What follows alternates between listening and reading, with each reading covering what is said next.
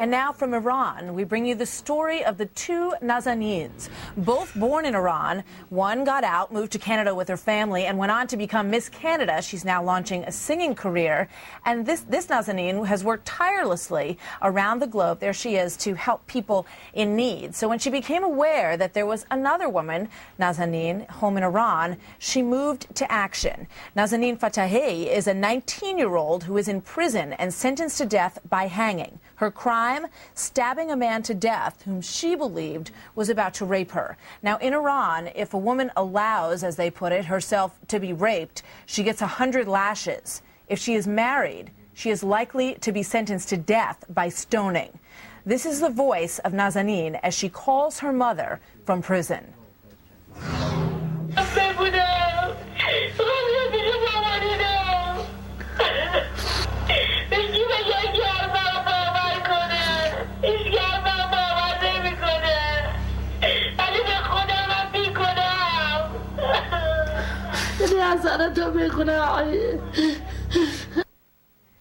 Well, joining me now is the host of this new documentary, The Tale of the Two Nazanins, Nazin Afshin Jam, and Iranian scholar who joins us often on these issues, Ghazal Omid. Welcome to both of you.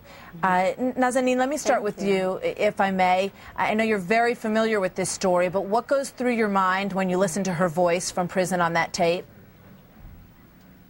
Yes, the first time I heard it when the tapes came into Vancouver, I almost cried. I mean, I've been working on this campaign for about 10 months now, and seeing the face of the individuals who are suffering on a daily basis because of this, and especially Nazanin, who has to carry this burden of knowing that she may be executed, that in itself is torture.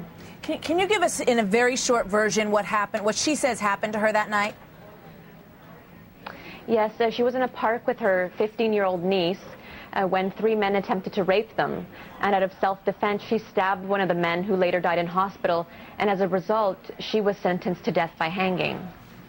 Ghazal, give us a sense of how familiar this kind of story is in Iran.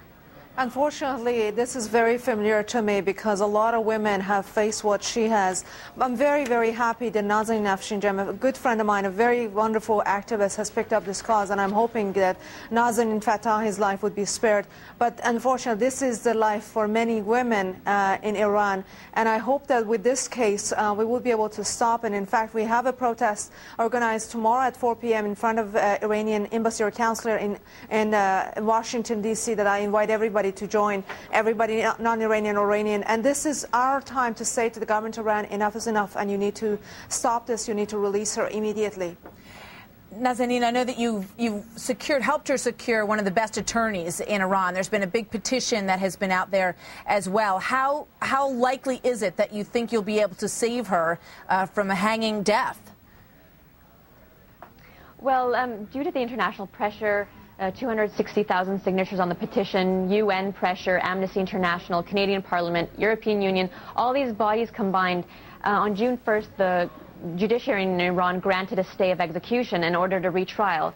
This retrial just happened today, and we're very hopeful with the outcome.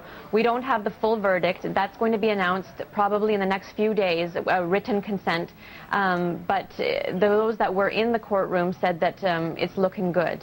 Ghazal, one last quick thought on it. Well, I hope that what Nazin does and what everybody has, it will benefit Nazin Fatehi in Iran, and I would hope that release her. I hope and pray for her. I cannot tell you anything at this moment, but I know that from what she said to the judge, anyone should be moved to tears when she said, Your Honor, if it was your own daughter, what would you do? Right. And I remember this because I said the same thing to the judge who wanted to sentence me in Iran, so I'm praying for her. All right. Well, it's an amazing story. We're going to watch it very closely. Nazanin, thank you very much for bringing it to our attention, and good luck to you. And Ghazal, thanks. Always good to have you with us as well. Thank you.